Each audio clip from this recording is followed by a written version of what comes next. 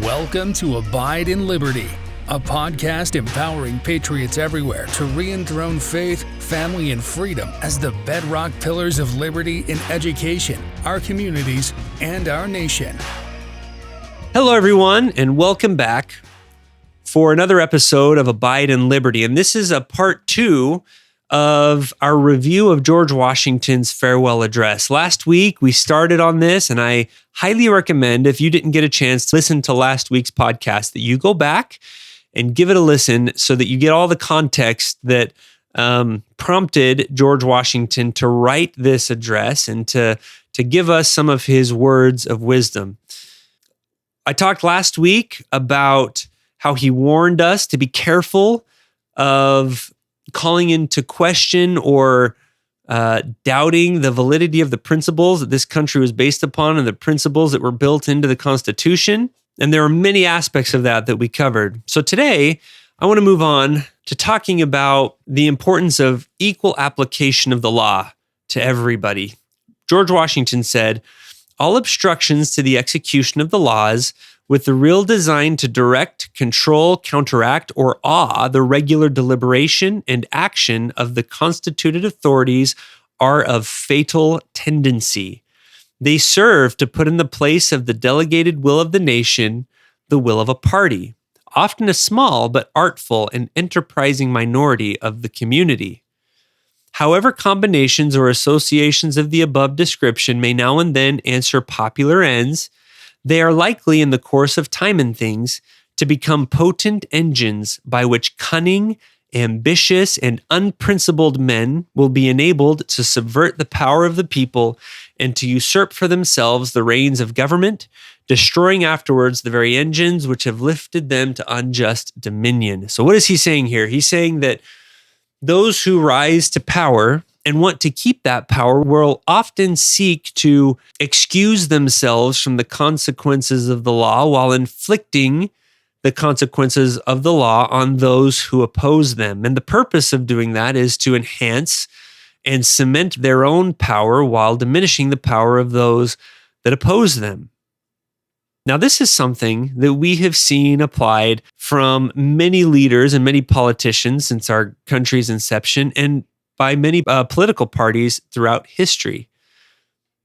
One of the earliest examples that I'm aware of is the Alien and Sedition Acts that the Federalists passed under the presidency of John Adams and with the support of Alexander Hamilton, where any derogatory news articles published against the President of the United States was responded to with legal action, and people were imprisoned.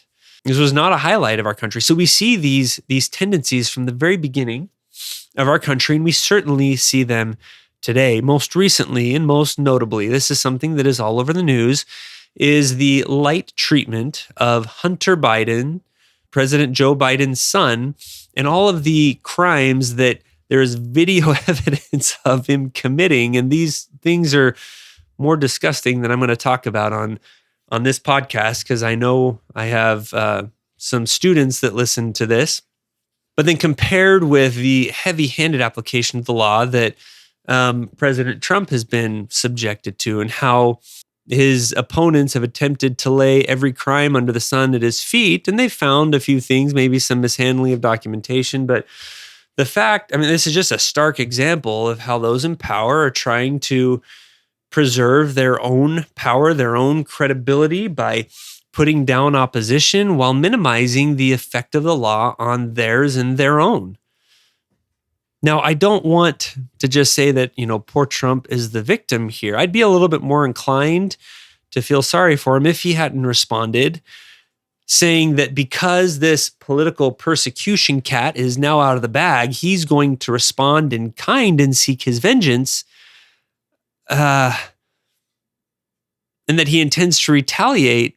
That's no good. We cannot let that cycle. Yes, President Biden in a big way has kind of started that cycle, but it doesn't become a cycle unless it's responded to. That knife will cut both parties at some point. And who are going to be the casualties? It's going to be you and I that are caught in the crosshairs. We need to start now to apply justice evenly, and we cannot wait until after one side gets the revenge that it feels it deserves. Without that, we are destined to repeat this cycle. We become a banana republic, and that's the end of the great experiment of the United States of America. Because if Trump seeks his revenge, and many would agree that he is being wrongfully, or at least the law is being unequally applied here, and it obviously is. Now, whether you agree that Trump deserves it or Hunter deserves it is irrelevant. It is being unevenly applied. And if you believe that he has been wronged and is due his revenge, well, I can guarantee that the opposing party doesn't see themselves as deserving of that. They will see themselves as the ones who are wrong and will then seek their revenge. And it's a cycle that just perpetuates itself. So whoever is the next president of the United States, I hope they ask themselves, what would George Washington do? And as trite as it may sound, what would Jesus do? What did Christ teach? He taught turn the other cheek. Oh, no, but that doesn't apply to politics. Well, wait a second. I don't remember that exemption. I don't remember that Christ saying turn the other cheek unless you're involved in politics. In fact, I think he was talking to a bunch of politicians who were vying for power. They were at least in his audience. There were Pharisees there and Sadducees, politicians who believed strongly in an eye for an eye and a tooth for a tooth. No, when Christ teaches one of those principles, that applies to everything. Politics is not somehow above Christian principles. If anything, politics needs them almost more than any other arena in society. Now, does that mean you just have to let those enemies of freedom or those who are trying to do things unconstitutional run roughshod over the freedoms that we enjoy? Of course not. That doesn't mean that revenge is appropriate. Not if we want to course correct, not if we want to stop the unequal application of the law, not if we want to return to equal protection under the law, the idea that all men are created equal. All right, another topic that George Washington felt was important for us to address was the spirit of party. He said, "Let me take a more comprehensive view and warn you in the most solemn manner against the baneful effects of the spirit of party generally. It serves always to distract the public councils and enfeeble the public administration. It agitates the community with ill-founded jealousies and false alarms, kindles the animosity of one part against another, and foments occasionally riot and insurrection." Now, party politics is something that has reached a fever pitch, unlike anything I've seen in my lifetime. And I've not been alive all that long, but this is something that certainly is tearing our country apart now. And President Washington warned us of that. It tends to place people into two camps where one is opposed to the other, and it becomes very difficult to see commonalities because the focus is so completely on differences. The other problem that he points out here is that it enfeebles the public administration and agitates things. So it has the effect of pretty much shutting off the collective mind of America. No one thinks anymore. They don't criticize their own side. They just accept the party line or whatever their favorite political party is telling them, and they vote D or R on the ballot, and then they go home with pride, having filled their civic duty when they put less thought into deciding who will lead this nation forward than they put into deciding what shoes they were going to put on that morning.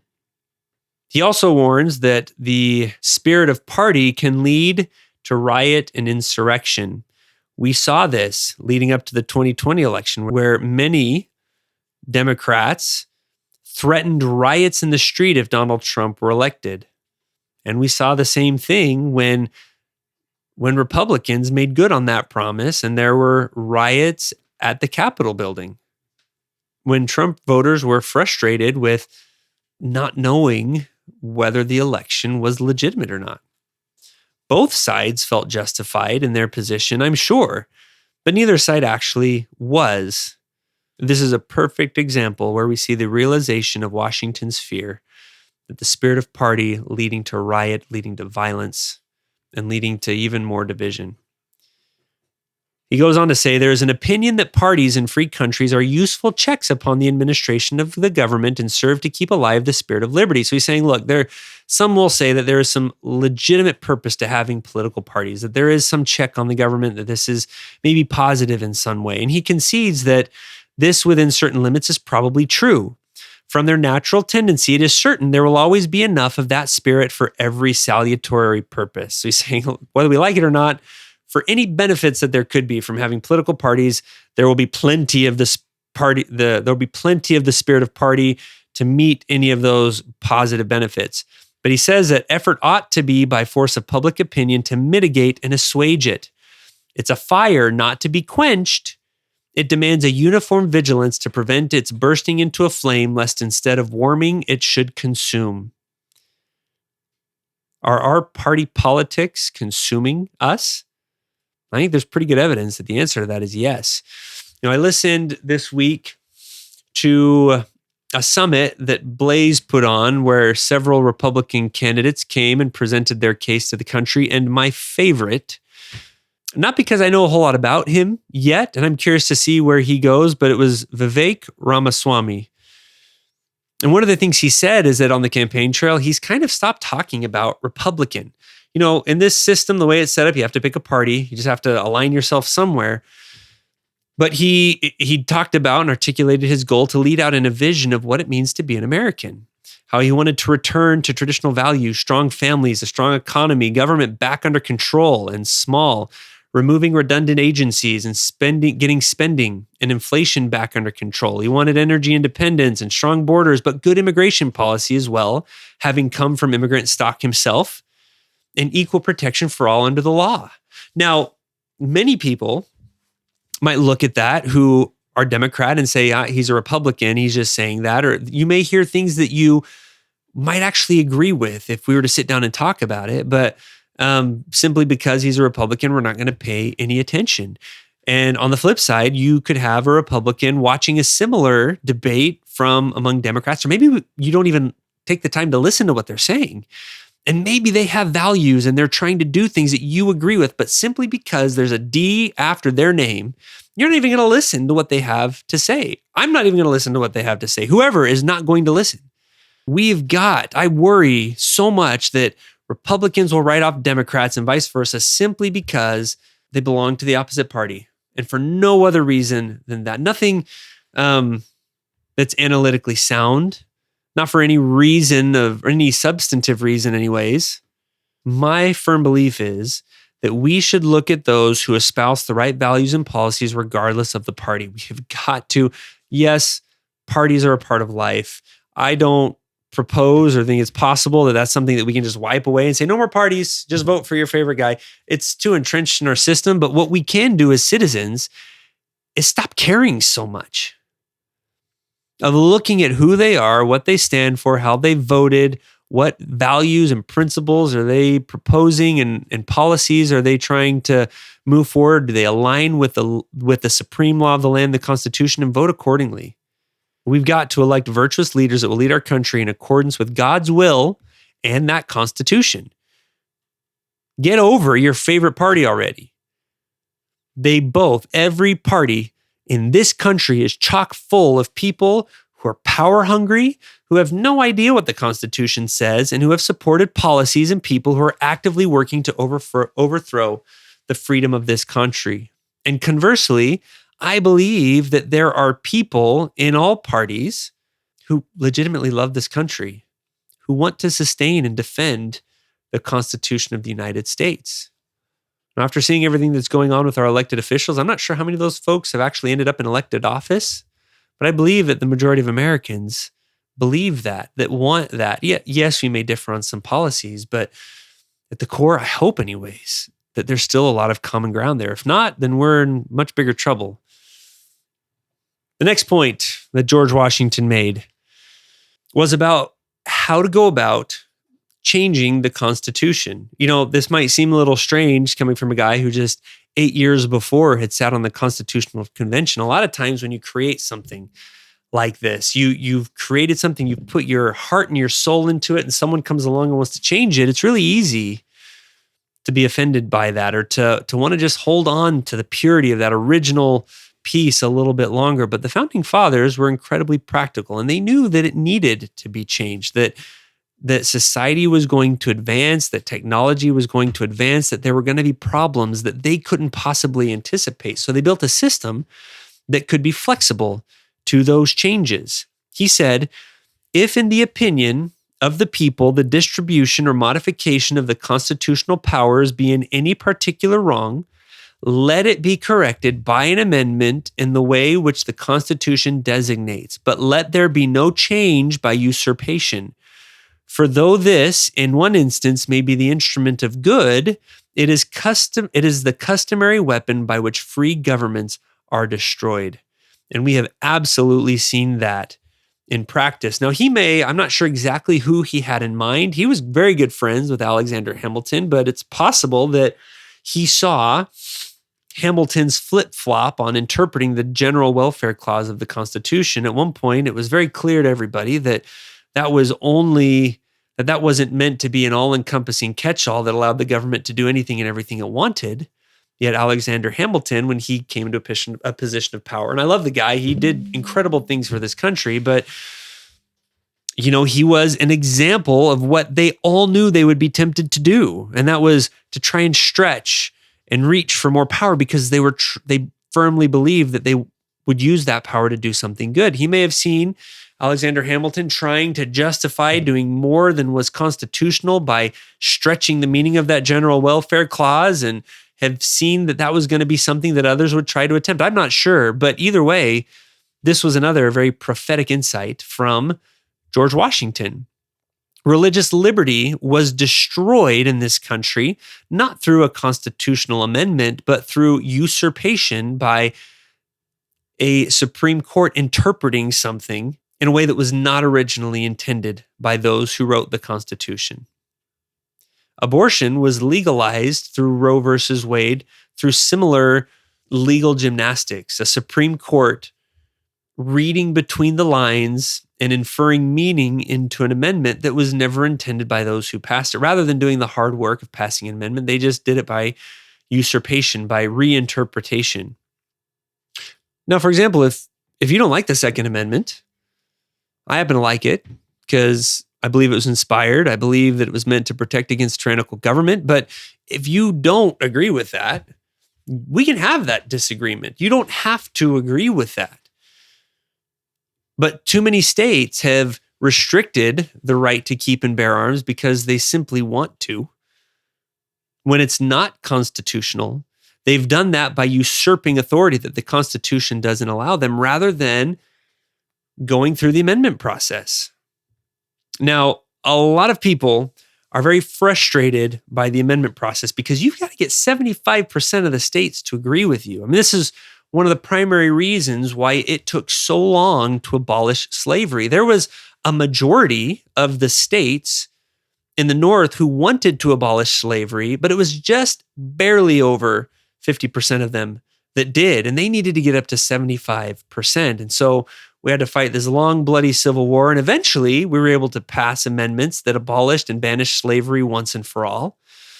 And some people will look at that and say, well, that, and this is kind of going back to George Washington's point, if we ignore the amendment process, in some instances, that may be the instrument of good. And you can make the case that if an exception had been made in the case of slavery, then that could be a good thing. Well, what about something you care about? Maybe you're very pro Second Amendment, and if we make an exception for slavery, we've got to make an exception for everything else as well. And that may not cut the way you want it to go next time. Maybe you think that's a worthwhile sacrifice, but the point of that amendment process was to ensure that when change was absolutely necessary, when the vast majority of people agreed with it, it would be possible to bring about that change and make it permanent, make it very, very difficult to go back on. The other flip side of this is, had we gotten rid of slavery, perhaps we could have gotten rid of it earlier without that lengthy, arduous, difficult hurdle of 75% in order to pass an amendment. But on the flip side, if we had been able to make that change with just a bare majority of 50.1%, then who's to say that 10 years later it couldn't have flip-flopped? And we would have been stuck in this horrible position of not knowing. Of not knowing whether you're free this year, this election cycle, or not the next. Now, there are pros and cons to both of this. There's not a perfect solution. And unfortunately, when you're dealing with imperfect people, imperfect societies, there's going to be some inefficiencies, plain and simple. And the government of the United States was built intentionally to move slowly, but predictably, and allow changes once they occur to really cement and take root and become permanent. And there's a lot of practical wisdom in that. All right, guys, I apparently am too long-winded. We're out of time again, and we are not quite through going through George Washington's farewell address. So check back next week, and we will wrap up in part 3 of this series. Thank you for listening to Abide in Liberty. Make sure you subscribe so you don't miss any future episodes, and share this with friends and family. In the meantime, keep up with the show online at abideinliberty.com. Also, if you'd like to help our K-12 bless and educate more families, contact us by visiting libertyyouthacademy.org. Until next time, be on the alert, stand firm in the faith, and be strong.